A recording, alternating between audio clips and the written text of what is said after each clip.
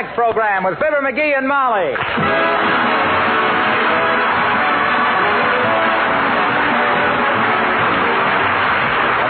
Johnson's Wax, Johnson's Carnew, and Johnson's Self-Polishing Glow Coat present Fibber McGee and Molly, written by Don Quinn, with music by the King's Men and Billy Mills Orchestra.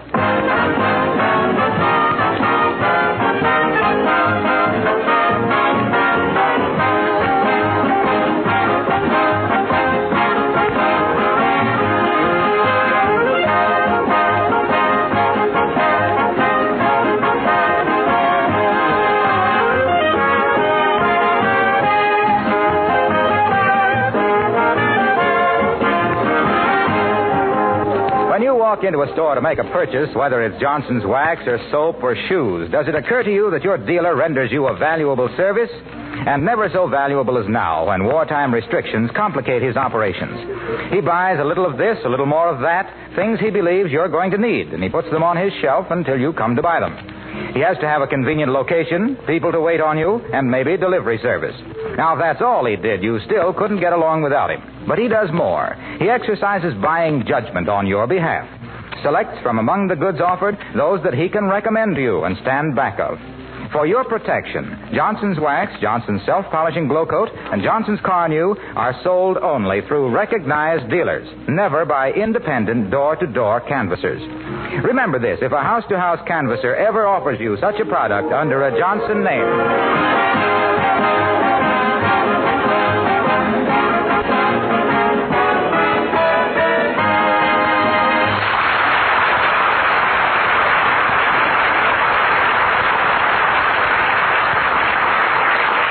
What is so rare as this time of year, when city dwellers full of cheer start making for the lakes and woods with tons and tons of sporting goods, with suntan lotion, bathing suits, fly rods, rifles, wading boots, camp stoves, tents, and hunting knives, dark glasses, beer, and weary wives. Full of fun and fancy follies and plans like Fibber McGee and Molly.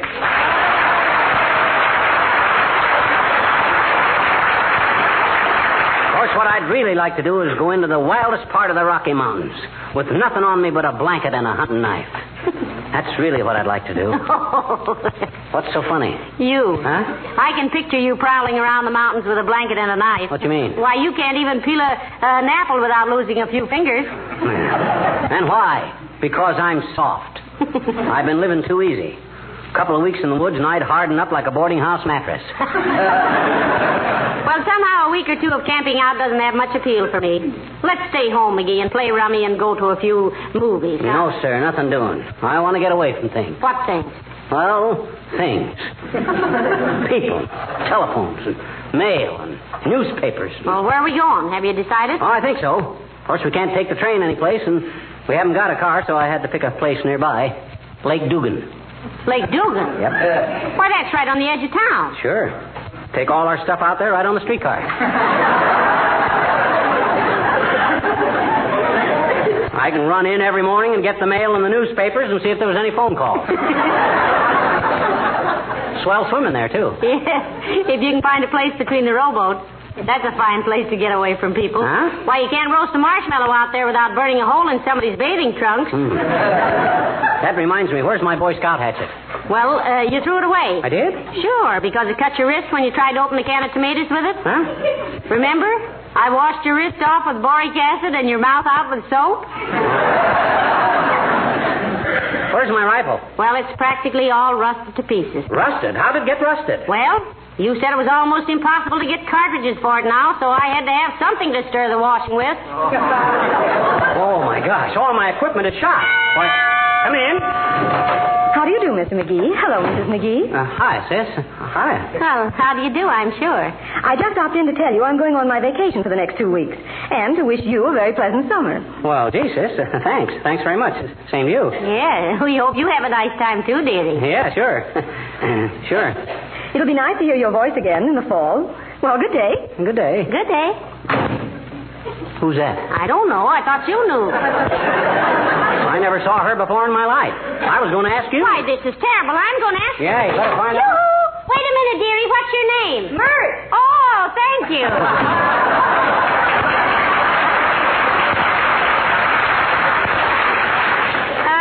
hurt. Yeah, my gosh, I knew I'd heard that voice someplace. Whom now? Abigail Uppington, and be nice, McGee. We won't be seeing her all summer. I wish somebody'd write music to that.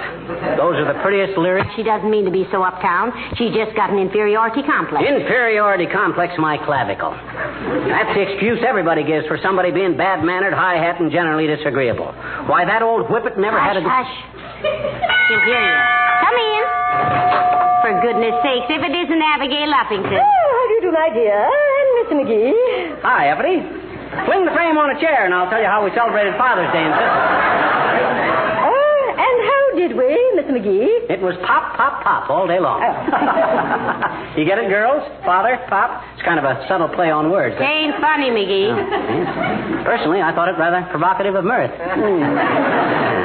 Well, Uppy, what are your plans for the summer? Just to start the conversation because I don't really give a hoot. McGee. Mind your manners. Oh, not at all, Mrs. McGee, please. After all, one expects a certain natural rudeness in the virile, masculine, rough diamond, outdoor type of man. Well, gee, thanks, Uppy. You don't just say Although that. in the anemic, undersized pool room type like you, Mr. McGee, it's just nearly irritating. Oh, yeah? Why, you triple-chinned, non-flying portrait? McGee! Stop it this minute. My goodness, you ought to be ashamed. Now apologize to Abigail. Okay. I apologize, Uppy. It's my inferiority complex. Makes me nasty. Oh, these little outbursts don't upset me in the least, Mr. McGee. I merely say to myself, Abigail, I say, why should you be annoyed because some inflated little gutter snipe goes away and leaves his voice running? But Abigail, listen. No, these little arguments do not affect my social equilibrium in the slightest degree. That is due to my theatrical training. Oh, yes, in the theater, one is trained not to be overwhelmed by the stress of emotional scenes, and in spite of them, to make a graceful exit. Good day. Wait, Abigail, don't... Hey, Uppy, that's the door to the...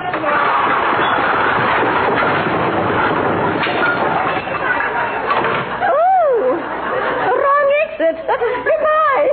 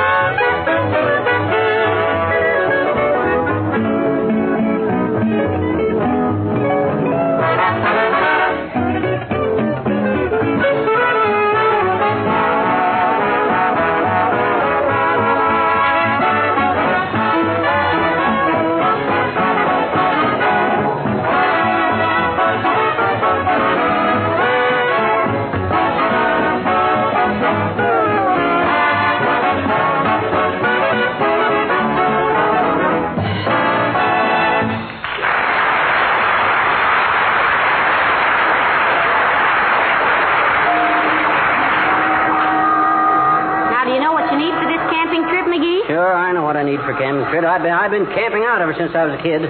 Nothing healthier, too. Yes, I guess so. Used to sleep like a log. Matter of fact, up in the Canadian Rockies, once I slept so much like a log, they rolled me into the river, and I was halfway down to the sawmill before I woke up. It was only because of my... Hello there, kids. Where are you going? Hello, Mr. Oldtimer. Going down to the Wistful Vista Sports Shop, old-timer.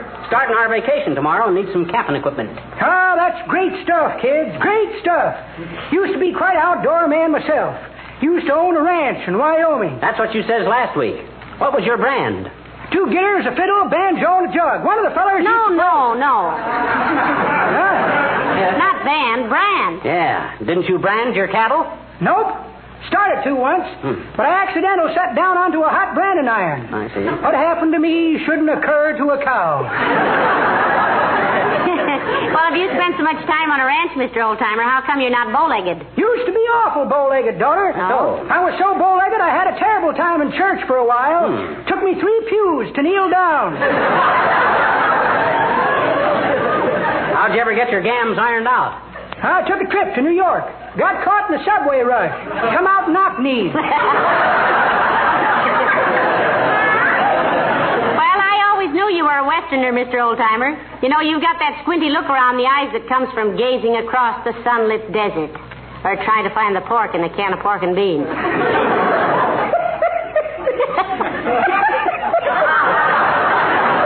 That's pretty good, daughter. That ain't the way I heard it. The way I heard it, one feller says to. Gotta get going. Have a nice summer, kids. See you in the fall. Hey, what's the rush? I got a date with my gal, Johnny. Librarian at the library.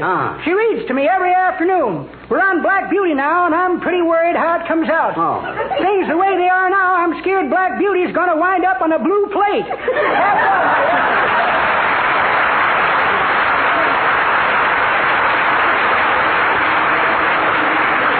You know, I hope you'll be as young as he is when you're as old as he is, McGee. I hope I never look that old. His face looks like it had wore out 3 bodies. Well, here's the sports shop, Molly. Come on. Good day, sir.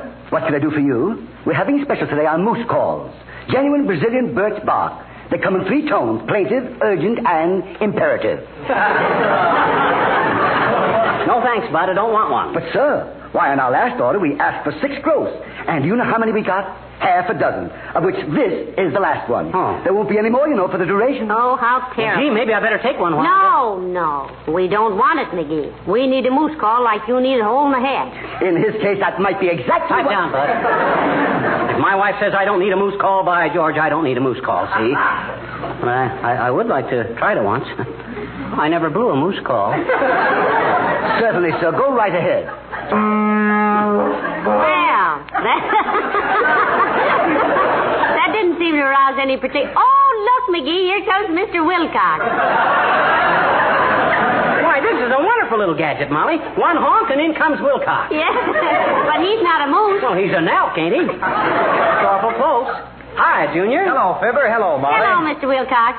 Say, you're an expert on better homes. Won't you help McGee pick out a pup tent? Oh, sorry, I can't do it, Molly. I have to be at a war plant in 20 minutes. Oh. I just dropped in here to have my tennis racket restrung. Take care of it, will you, Abercrombie? Certainly, Mr. Wilcox. I'll have our racketeer go right to work on it. What you all going to a war plant for, Junior? Well, I've got to give a short talk. On what? As if we could never guess. On nutrition. Well, that's a new way to approach it. On what? Nutrition. Oh, now, come, Mr. Wilcox. It's a fine product, we know, but even we who love it so dearly wouldn't eat it. Well, I'm not talking about that. I'm going to give a talk on the importance of war workers, yes, and other workers, too, maintaining their health by eating the right kind of bodybuilding food. Primarily butter and milk and cheese products. That's Group 4 of the government's nutrition program. I see. Yes, it seems the nutrition experts have divided all food into 7 groups.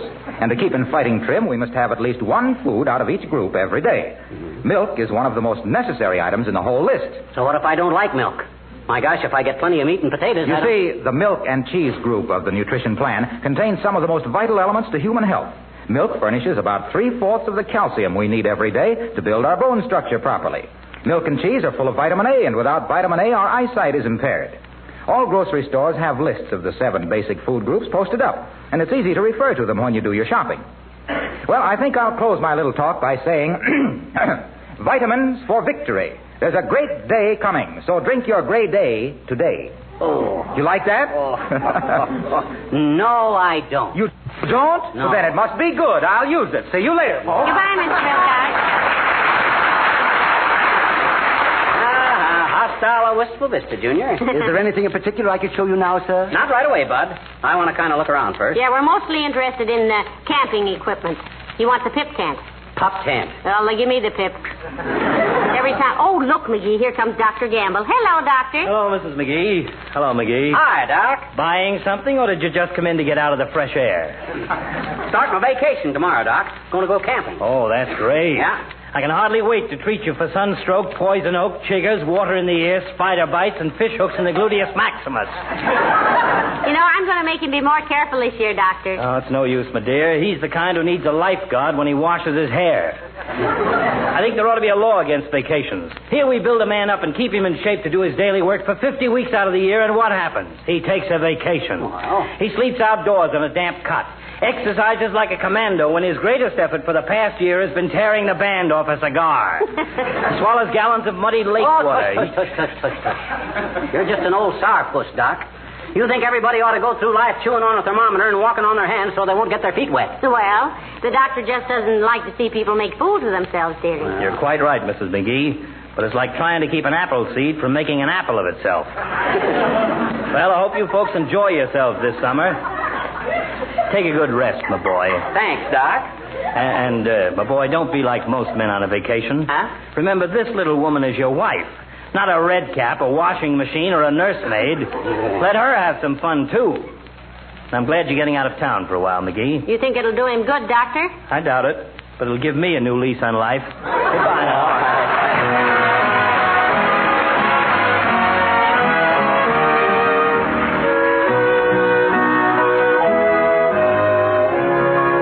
The King's Men and a little close harmony. The old songs, are good old songs for me. I love to hear those minor chords and good close harmony.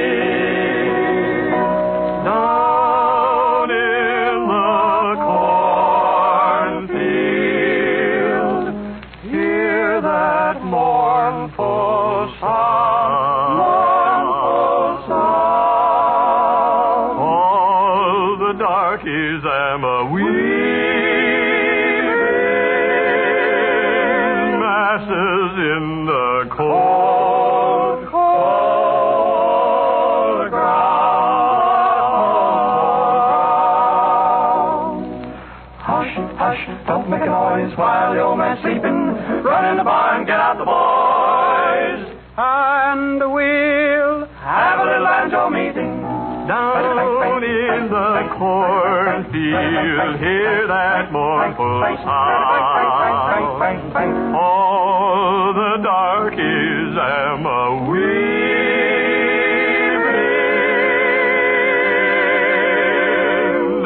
Masses in the cold ground. The cold ground.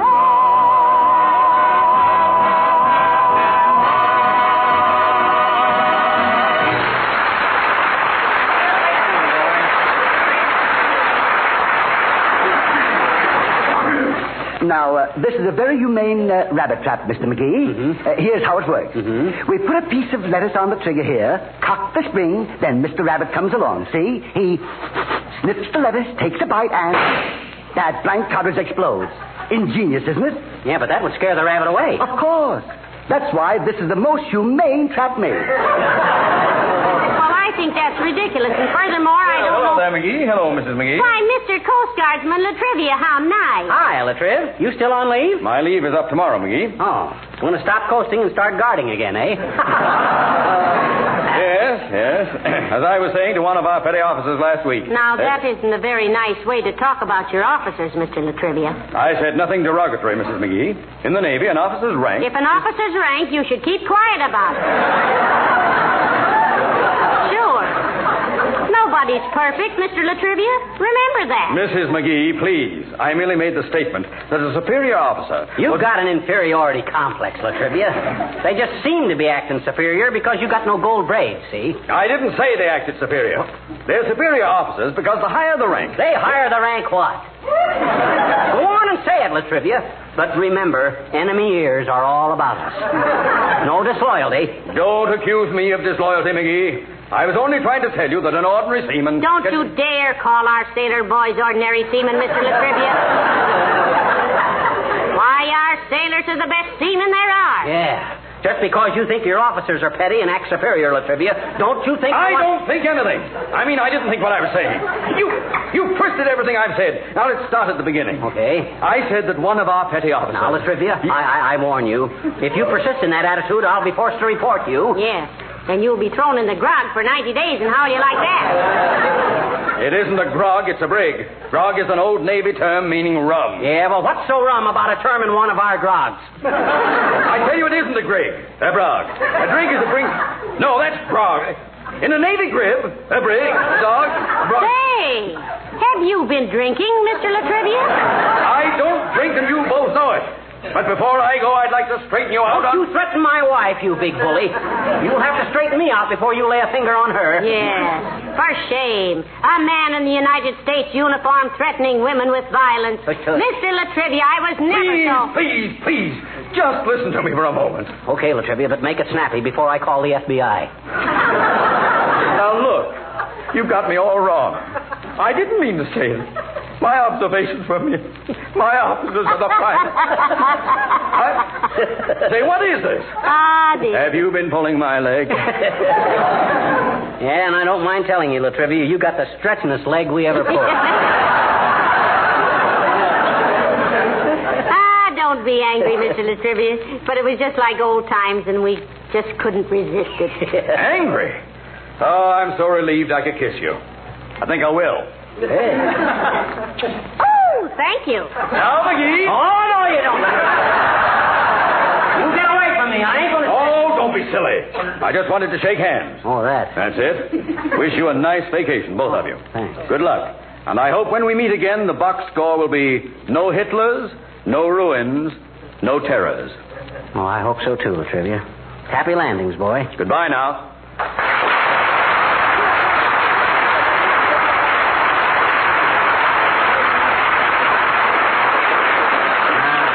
Great little guy, Latrivia. Little? Yeah. Did you see his chest?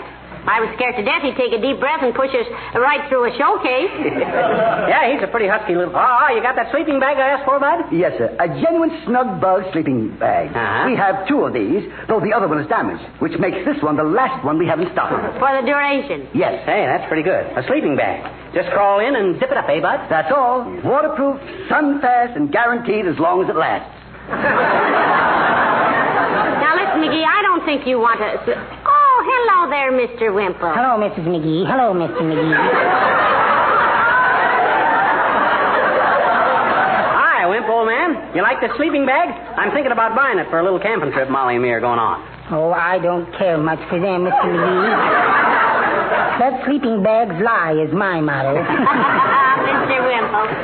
Were you buying some vacation things? No, Mrs. McGee. Sweetie Face sent me down to pick up a couple of dumbbells. Oh. My goodness, I never expected to find you here. Is that a crack, Wallace?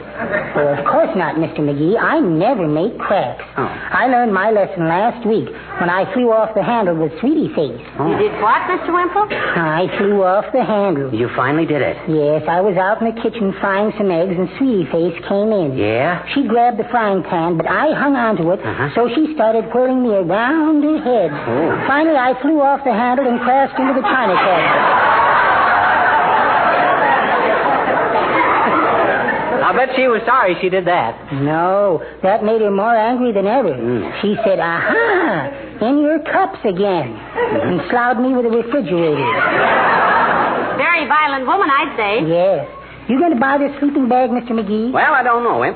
Mind if I try this one on for size, Bud? Very happy to have you, Mr. McGee. We don't close till 5:30 if you'd care to take a little nap in it. Oh, no, McGee. Oh, I ain't sleepy anyway, Molly. Here, hold the top open while I wiggle into it. That's it. A little wider. That's it. Fits nicely around the hips, doesn't it? My goodness. He looks like a little caboose in there, doesn't he, Mrs. McGee? You mean papoose, Mr. Wimple. A caboose is the rear end of a freight train. Yes, I know. Okay, zip it up, Bud. Hey, this is wonderful. I'll buy this, Bud. But you better let me out now. It's too hot. Oh, dear me. What's the matter? The little piece that unzips it is broken off. So careless of me. Well, get it out. Cut me out of this. I'm slipping. Cut it. Good heavens, man. This is a $32 sleeping bag. Well, he's worth more than that to me alive. Rip it open. Hurry up, bud. Hurry up. Let me out of here. Just be patient, sir. I have no authority to enter the property of the store. Well, with all that rather dirty luck, why does everything have to happen to me? What do you find so amusing, Mr. Wimple? It just struck me funny, Mrs. McGee, to have you end the season on this note. On what note, Mr. Wimple? Well, for once, the bag is holding McGee. Oh, dear.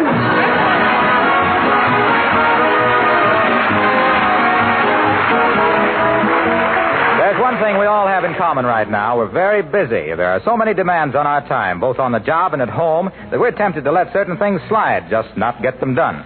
You might think, for example, you could just forget the finish of your car. Let it look shabby as long as you watch things like the tires and batteries. But there's more to it than meets the eye. That dirt and grease and road scum that collect on the finish may be doing serious damage by chemical action. The only safe procedure is to remove that shabby film of dirt and keep the finish clean. Then it won't deteriorate.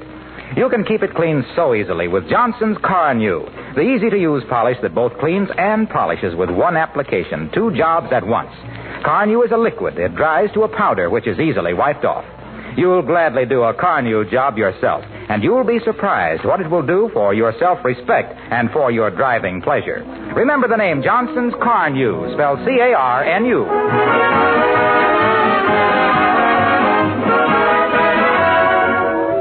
Ladies and gentlemen, on behalf of our sponsors and all of us connected with this show, we want to thank you once more for your wonderful support and loyalty.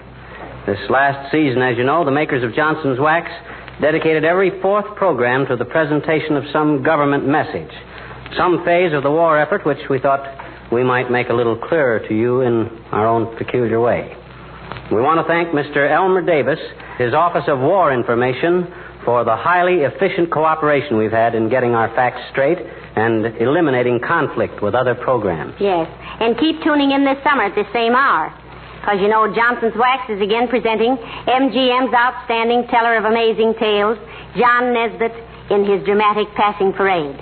Now, if you remember his famous letter to Hitler last summer, which was so widely reprinted, you'll be interested to know that in his first show next week, he gives you a new letter to Hitler. It'll be a wonderful series, and we know you'll enjoy it.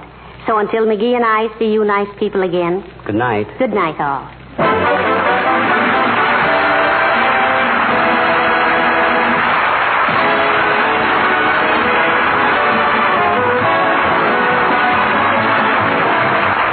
Of the old-timer and Wallace Wimple heard on this program were played by Bill Thompson. This is Harlow Wilcox, speaking for the makers of Johnson Wax Finishes for Home and Industry, inviting you to be with us again next Tuesday night when we bring you that outstanding teller of amazing tales, John Nesbitt, in his passing parade. This program has reached you from Hollywood.